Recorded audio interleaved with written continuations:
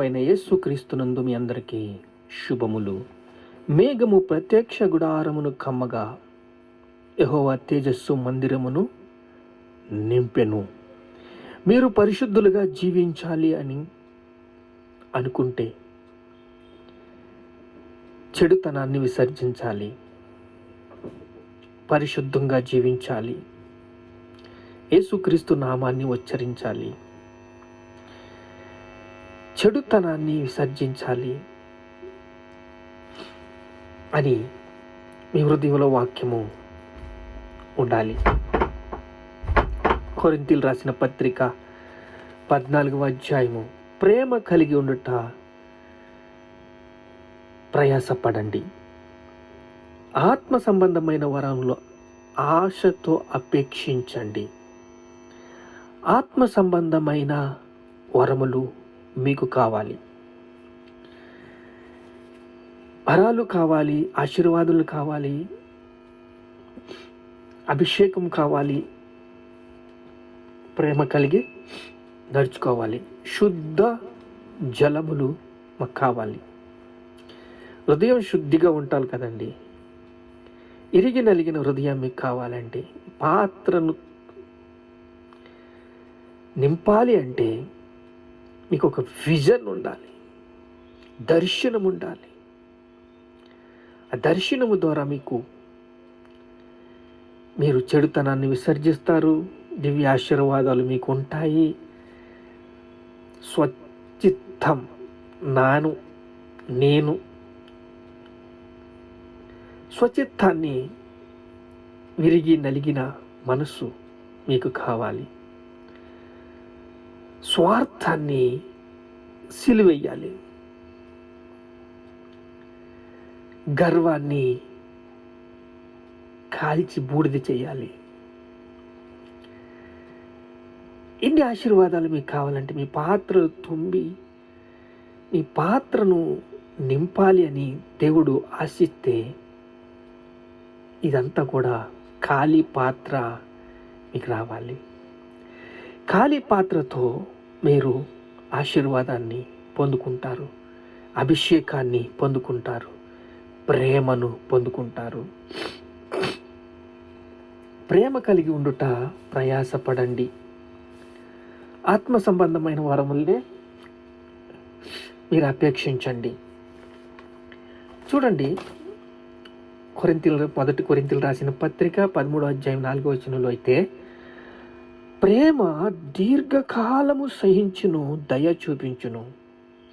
ప్రేమ మస్తరపడదు, ప్రేమ డంబముగా ప్రవర్తించదు.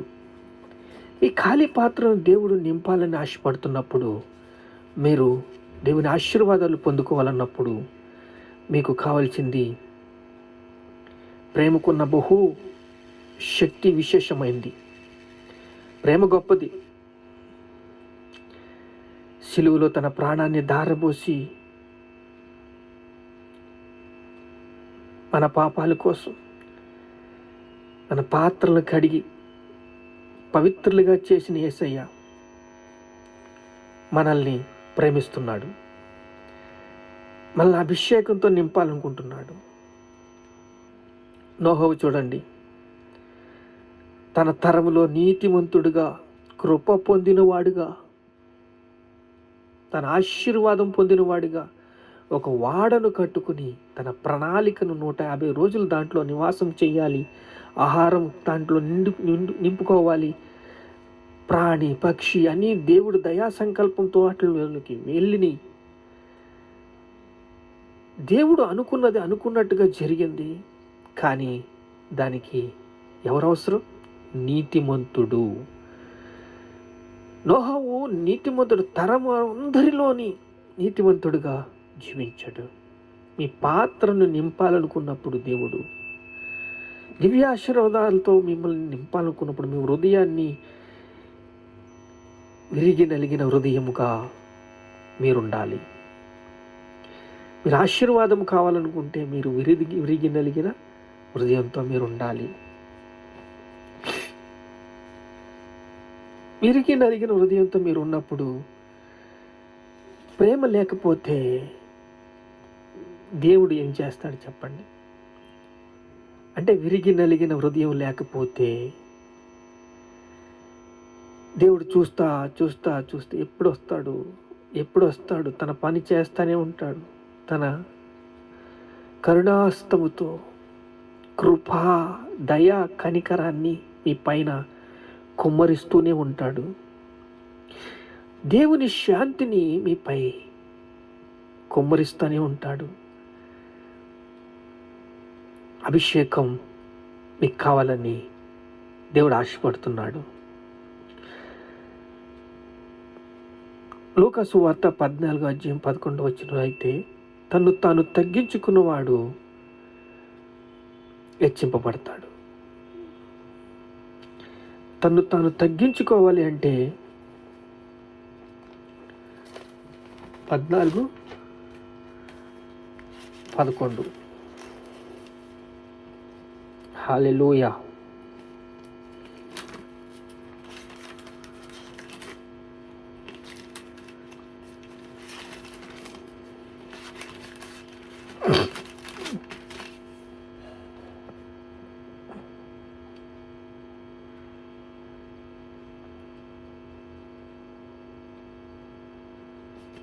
తను తాను తగ్గించుకునేవాడు హెచ్చింపబడును. తను తాను తగ్గించుకోవడానికి తాను సిద్ధపడాలి. దీన మనస్సు మీకు కావాలి. మీరు విరిగి నలిగిన హృదయంతో నింపబడాలి. సత్య మార్గంలో మీరు నడవాలని మన కోసం ప్రాణం పెట్టిన దేవుడు, మనల్ని ప్రేమిస్తున్న దేవుడు తాను అభిషేకం మనలో నింపి ఇతరులకి అది పొంగి పొర్లేలాగా చేస్తాడంట. మన హృదయంలో ఉజ్జీవాన్ని నింపి మన హృదయం నుంచి అనేక మందిని నింపి పొంగి పొంగి పొంగి పొర్లేలాగా చేస్తాడంట. అంటే ఖాళీ పాత్రను నింపాలి అంటే, అభిషేకించాలి అంటే స్వార్థాన్ని సిలివేసినప్పుడు శుద్ధ జలముతో మీ హృదయాన్ని నింపుతాడు. చూడండి, నశించిపోతున్న ఆత్మలు యేసు వైపు తిప్పడానికి భారం మీకు ఇస్తాడు. ఆ భారంతో ప్రార్థన చేస్తారు, విజయవంతంగా సక్సెస్ అవుతారు. తను తాను తగ్గించుకున్నవాడు హెచ్చింపబడతాడు. తన మహిమ అంతా కూడా అభిషేకంలో కుమ్మరిస్తాడు. దీన మనస్సుగా మిమ్మల్ని పరిగణిస్తాడు. దీన మనస్సు మీకు రావాలి అంటే దేవుడి పాదాలు పట్టుకోవాలి. సిలువ వైపు మీ హృదయాన్ని శుద్ధి చేసుకోవాలి, పరిశుద్ధత చేసుకోవాలి, పవిత్రత చేసుకోవాలి. పరిశుద్ధాత్మ దేవుడికి సపోర్ట్ చేయాలి, పాపాన్ని విసర్జించాలి. ప్రార్థన చేసుకున్న మహాపరిశుద్ధుడు అయిన తండ్రి, మాతో మాట్లాడిన దేవా, మమ్మల్ని బలపరిచిన దేవా, మమ్మల్ని స్థిరపరిచిన దేవా, మమ్మల్ని సిద్ధపరిచిన దేవా, నీ వాక్యంతో నింపిన దేవానికి స్తోత్రాలు స్తోత్రాలు స్తోత్రాలు స్తోత్రాలు. ఘనత మహిమ ప్రభావాలు మీకే చెల్లిస్తున్నాం తండ్రి. ఆమేన్.